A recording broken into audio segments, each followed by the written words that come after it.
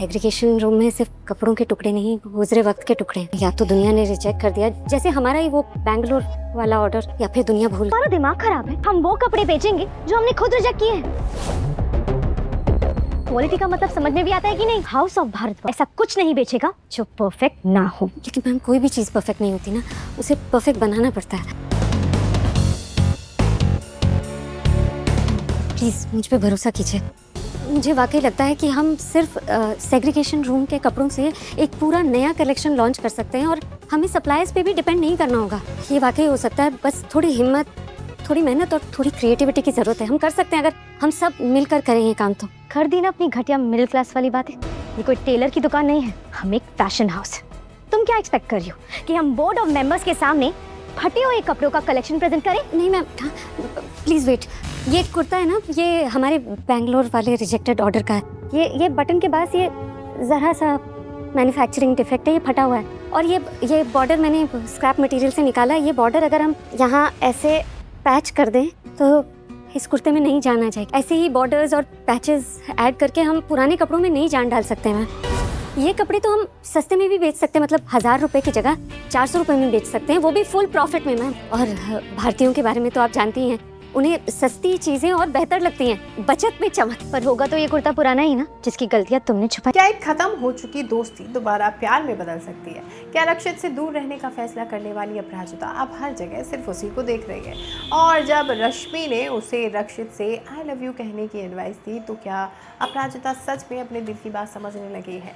वही एपिसोड में अपराजिता रक्षित के साथ बिताए हुए मोमेंट्स को याद कर रही होती है, तभी रक्षित की कार उसके सामने रुक जाती है। रक्षित दरवाजा खोलकर उसे कार में बैठने के लिए कहता है और बताता है कि वो उसे इस वक्त अकेला नहीं जाने दे सकता। अपराजिता उससे कहती है कि अगर वो गुस्सा है तो उसे डांट ले, लेकिन नाराज ना रहे, क्योंकि उसकी स्माइल कुछ लोगों के लिए बहुत ज़रूरी है। रक्षित की स्माइल और उसके जोक्स को याद करके अपराजिता इमोशनल हो जाती है। दूसरी तरफ उर्मिला रश्मि के मैटर को लेकर परेशान होती है। मालती उसे याद दिलाती है कि वो रश्मि पर प्रेशर बना रही थी, लेकिन उर्मिला कहती है कि वो अपनी बेटे के लिए सही फैसला लेना चाहती है। बुआ अविनाश को रश्मि के लिए बेस्ट बताती है, लेकिन उर्मिला टॉन्ट करती है कि अविनाश रश्मि को लेकर भाग गया था। मालती इसका ब्लेम उर्मिला पर लगा देती है। तभी अविनाश और रश्मि आइसक्रीम के साथ वहां आ जाते हैं। उर्मिला उनसे एलोपिंग को लेकर सवाल करती है, लेकिन रश्मि कहती है कि वो शादी सारे रिचुअल्स के साथ करना चाहती है। उर्मिला रश्मि को अपने साथ ले जाती है। इधर रक्षित अपराजिता को उसके घर ड्रॉप कर देता है। अपराजिता कहती है कि शायद उनका रिलेशनशिप कमजोर हो गया है और इसी वजह से रक्षित उसके पीछे आया था। अब रक्षित जवाब देता है कि अब उनके बीच कोई रिलेशनशिप नहीं है। वो कहता है कि अपराजिता ने उससे प्यार नहीं किया, इसीलिए उसने उनकी फ्रेंडशिप भी खत्म कर दी। ये बात अपराजिता को बहुत हर्ट करती है और वो कार से उतर जाती है। वही रक्षित भी वहाँ से चला जाता है। अब घर पहुँचने पर मालती अपराजिता से पूछती है कि वो इतनी देर से कहाँ थी।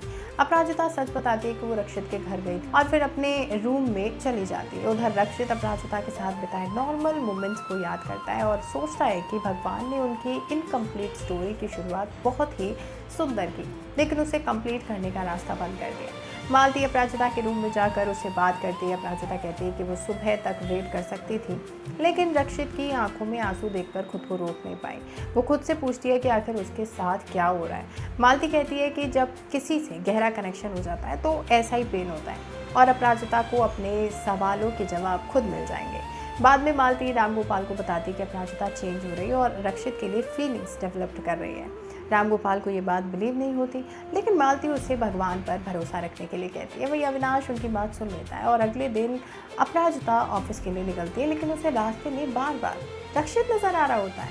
तब रश्मि का कॉल आता है और वो कहती है कि अपराजिता रक्षित के बारे में ही सोच रही होगी। अपराजिता मना करती है, लेकिन रश्मि बताती है कि अविनाश ने उसे सब कुछ बता दिया है। अब अपराजिता कहती है कि उसे रक्षित से सॉरी बोलना चाहिए। रश्मि उसे कहती है कि सॉरी के साथ आई लव यू भी बोल देना।